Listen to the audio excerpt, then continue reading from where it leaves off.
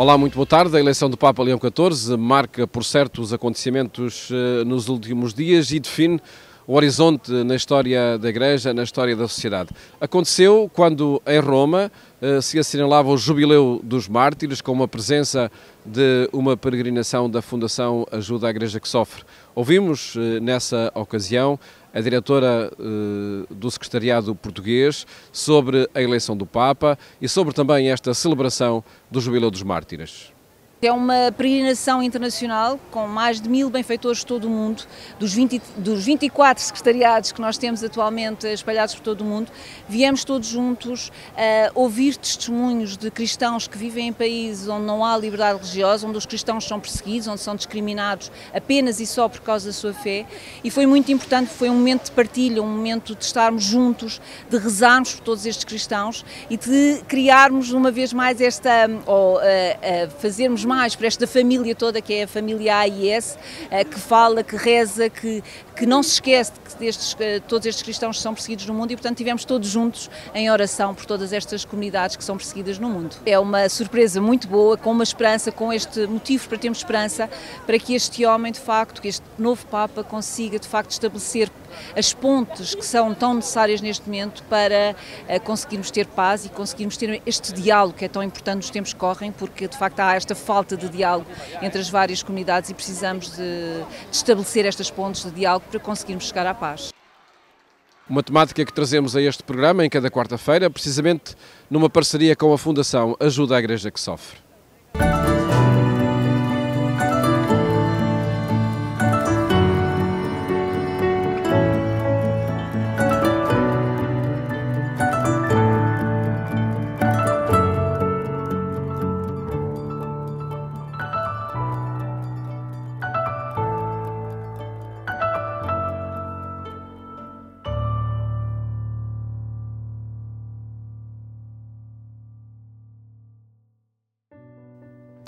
Depois de mais de uma década de uma pavorosa guerra civil na Síria, em dezembro do ano passado, o regime de Bashar al-Assad caiu. Ninguém sabe agora como vai ser a história deste país daqui para a frente. Todos esperam o melhor, mas praticamente todos também temem o pior. A guerra parece uma sombra, um fantasma que paira ainda no ar. Mas para a Igreja nunca há tempo a perder. O futuro é agora, junto dos que mais precisam de ajuda. O futuro é agora, junto dos que não sabem como sobreviver no dia-a-dia, junto dos que não sabem como ter pão na mesa, como ter trabalho e vida digna, como pagar a escola dos filhos, como comprar óleo para o aquecimento das casas, como viver a vida sem sufoco. Para o padre Hugo Alanis, que está em Alepo, nunca há tempo a perder.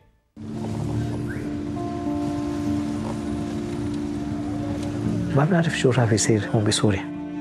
نعم في خوف، ولكن احنا نتمنى إذا الرب بيضل كان آخر سنوات معنا بيضل كمان قريب إلنا. أول شيء نعمة إلنا نكون في الشرق الأوسط. نعمة لأنه نخدم أشخاص هم أصلهم أولاد أول مسيحيين. بيكون الهوية هوية مسيحية. كل شخص عنده تاريخ حزين.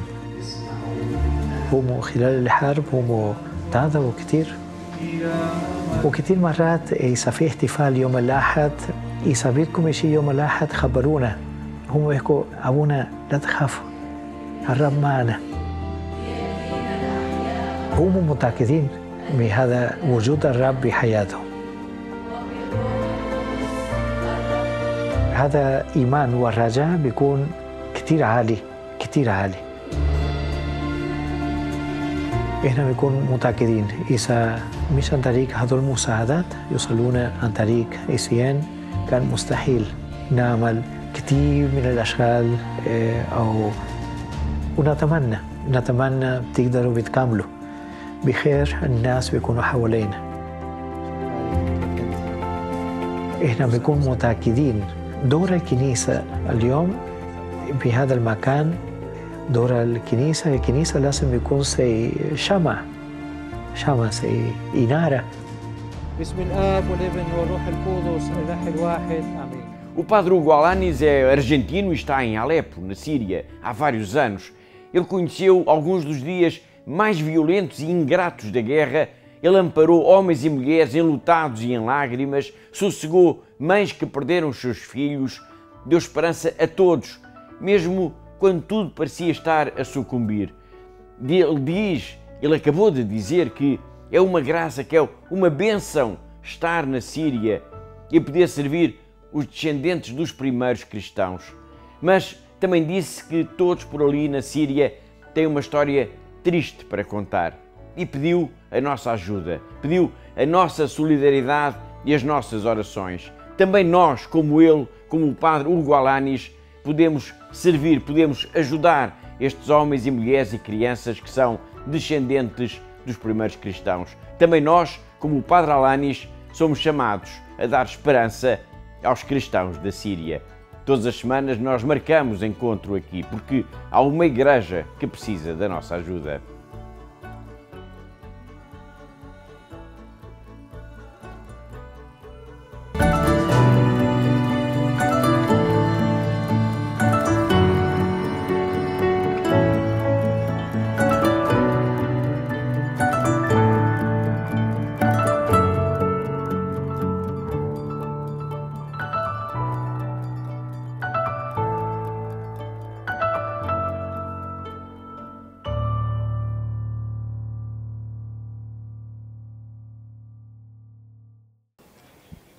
E neste dia recordamos a peregrinação ao Santuário de Fátima, a peregrinação internacional de maio, onde a eleição do Papa Leão XIV esteve naturalmente presente. Foi um gesto de todos os peregrinos de Fátima na peregrinação internacional de maio, consagrar o pontificado do Papa Leão XIV a Nossa Senhora de Fátima. Diante da imagem, Dom José Ornelas, bispo de Leiria Fátima e presidente da Conferência Episcopal Portuguesa, foi a voz dos bispos de Portugal e da multidão de peregrinos presentes na Cova da Iria para pedir a ternura de Deus e o dom do discernimento para o pontificado de Leão XIV. Dai-lhe o dom do discernimento para saber identificar e continuar os caminhos da renovação da Igreja. Dai-lhe coragem para não hesitar em seguir os caminhos sugeridos pelo Espírito Santo. Amparai-o nas horas duras de sofrimento, a vencer a caridade, as provações no caminho da renovação da Igreja. Estai sempre a seu lado, pronunciando com ele aquelas palavras que bem conheceis. Eu sou a serva do Senhor, cumpra-se em mim a tua palavra. No santuário onde foram peregrinos os últimos 4 papas, Dom José Ornelas espera que Leão XIV seja também peregrino. O convite já fora feito ao cardeal, agora eleito Papa, pelo bispo de Leiria Fátima em 2 ocasiões. Ele manifestou das 2 vezes um grande gosto de estar cá. Esperemos que venha a ser possível a sua vinda cá numa outra ocasião e nós também vamos alegrar-nos muito com a alegria dele de vir cá. É para nós, em Fátima, uma alegria muito grande. É muito grande tê-lo como novo Papa por aquilo que são os gestos que ele está a fazer de resposta ao momento que vivemos na Igreja. O presidente da peregrinação ao Santuário de Fátima, neste mês de maio, foi um dos cardeais eleitores que recordou o momento em que o cardeal Prevost foi eleito Papa. Quando, na contagem, naquela 4ª sessão da votação, alguém disse Prevost, era o voto número 89. Era o número limite, né? Os 2/3 dos votantes. Foi impressionante. Alguém começou a bater palmas e aquilo dentro da Capela Sistina alcançou um eco. E aos poucos, todos levantaram. E ele sentado. Sim, caído. Uma escolha que faz caminho fora em todo o mundo, crente e não crente, e que foi evocada também no Santuário de Fátima no fim da peregrinação internacional.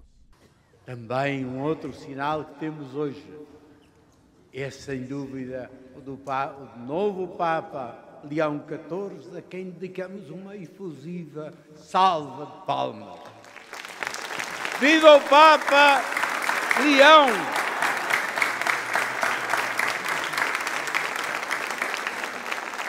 Que ele seja verdadeiramente aquilo que diz a Escritura, o leão de Judá, aquele que anuncia que vem o Senhor, aquele que luta e que faz caminho para que ele chegue.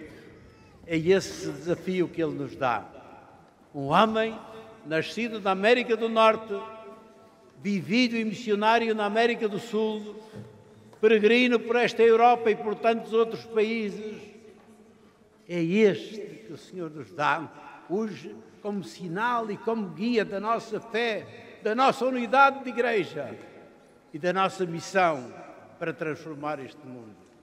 Compromisso dos peregrinos de Fátima que partiram do santuário com mais esse propósito, em sintonia com o Papa Leão XIV e o seu pedido da paz, um tema presente no recinto de oração da Cova da Iria ao longo de mais de um século.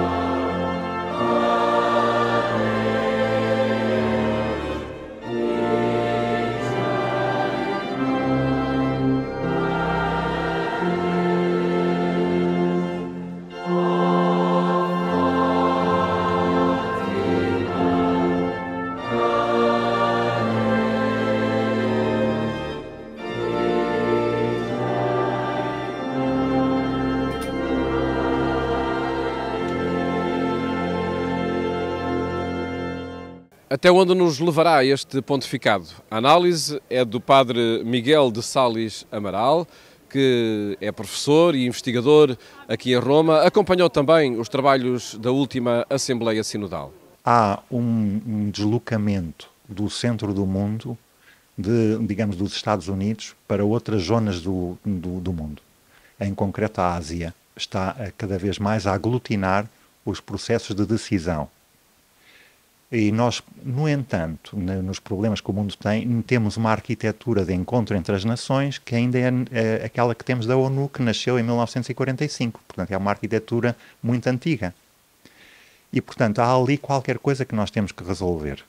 Penso que o Papa vai dar algumas sugestões, mas, obviamente, ele não manda no mundo. Pode ser uma voz para ajudar nisso, não é? Porque nós estamos em situações de guerra e a ONU está-se a revelar, infelizmente, um instrumento obsoleto. Não porque seja um instrumento mau, mas porque o mundo se está a deslocar para outro lado.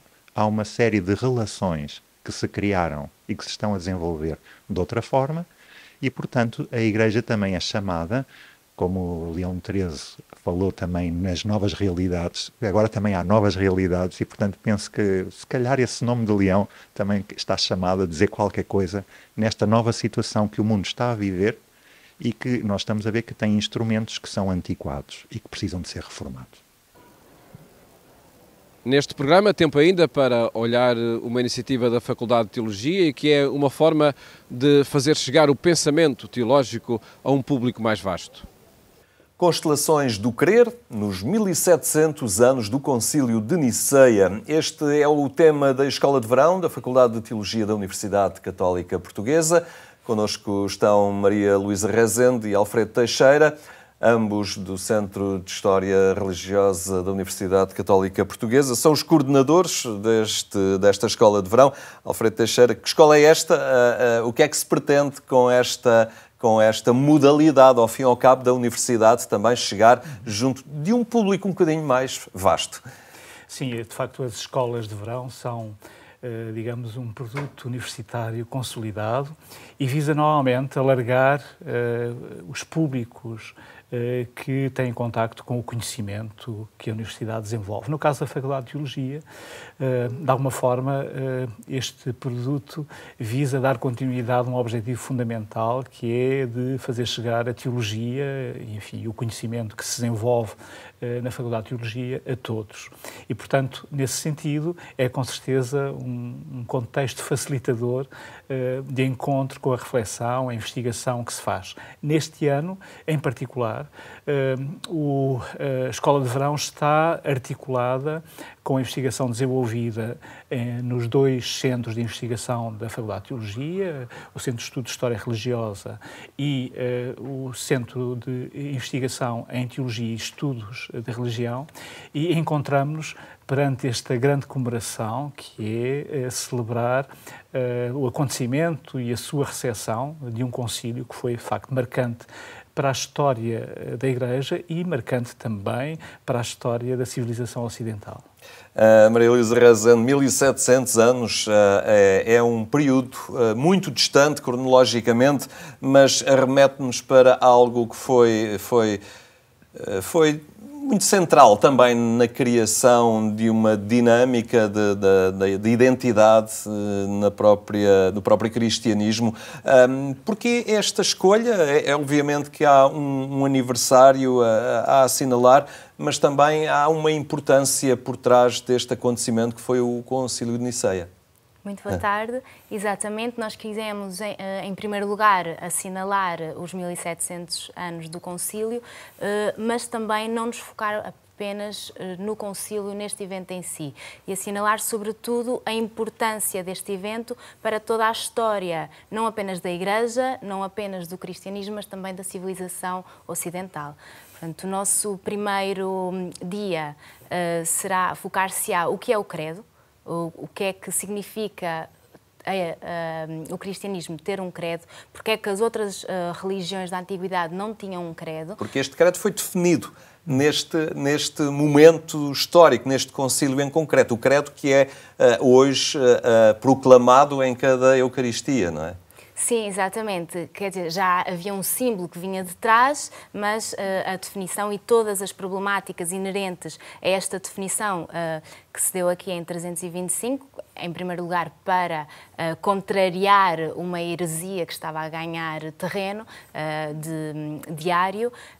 Portanto, como é que se definiu aqui, teologicamente, também a questão da Trindade? No entanto, o nosso objetivo não é focarmos apenas em questões teológicas, mas também no contexto histórico, em todas as dinâmicas e problemáticas deste momento e também nas consequências nos séculos seguintes. Por isso, as constelações. Exatamente, né? Exatamente. E a terceira sessão será precisamente sobre isto, ou seja, como é que o concílio teve impacto, por exemplo, na questão da cláusula do filioque e na divisão entre gregos e latinos, que ocorreu sobretudo durante a Idade Média, não é? O período medieval ocidental, que um dos nossos investigadores, o professor Francesco Renzi, irá falar-nos sobre isso. A professora Rita Leite falará sobre a questão do concílio no universo protestante, ou mais no pluriverso protestante, precisamente para dar esta ideia de diversidade. Portanto, o nosso objetivo não é focarmos apenas no concílio, mas nas suas consequências. Alfredo Teixeira, como é que se pode participar nesta escola de verão? Desde logo inscrevendo-se e há até ao final desta semana para o fazer. Mas como é que vai estar estruturado ao fim e ao cabo? Sim, no fundo, para poder ser um acontecimento para todos, ele vai decorrer no formato online, numa sala virtual. Portanto, as pessoas terão que ter acesso à internet e receberão, depois da sua inscrição, receberão, enfim, as instruções necessárias para, de forma cómoda e confortável, poderem aceder às sessões que se vão desenvolver online de forma síncrona. Será durante 4 dias, não é? Sim. De 4 a 25 de junho. Sim, no fundo é um mês e fazemos um encontro em cada uma das semanas.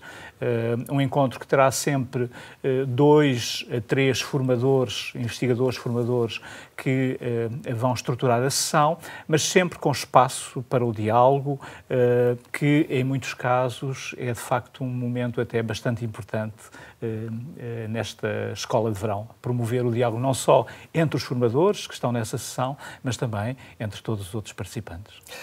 Maria Luísa Rezende, é também uma forma de conhecer a história, este momento concreto em que aconteceu este concílio, até porque trata-se de um acontecimento ligado ao cristianismo, mas convocado por uma figura civil, o imperador Constantino, convertido ao cristianismo. Há e isso também estará em análise, esta dimensão do poder civil, da dimensão religiosa que muito aqui presente neste concílio.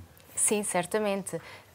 Neste caso, será o objeto de análise da segunda sessão e será o professor Isidro Lamelas que nos falará sobre os contextos, sobre todas estas dinâmicas e também o professor Alexandre Palma falará mais sobre as questões teológicas, mas exatamente é o nosso objetivo, a partir de uma dinâmica mais intertextual, a partir de várias disciplinas, conseguimos perceber todas as problemáticas inerentes a este momento tão significativo. Fica, digamos, a ponta do véu levantada sobre a riqueza e o interesse desta escola de verão. Lembro que, então, há até ao final desta semana, até sexta-feira, até dia 16, a possibilidade de proceder, então, à inscrição nesta escola. Agradeço a vossa presença aqui no nosso programa e também na agência Eclésia. Estaremos atentos e acompanharemos esta escola depois. Muito obrigado. O início do pontificado do Papa Leão XIV, a marcar os acontecimentos destes dias, também a emissão que fazemos em cada dia deste programa aqui na RTP2. Desejo-lhe uma ótima tarde e até amanhã, se Deus quiser.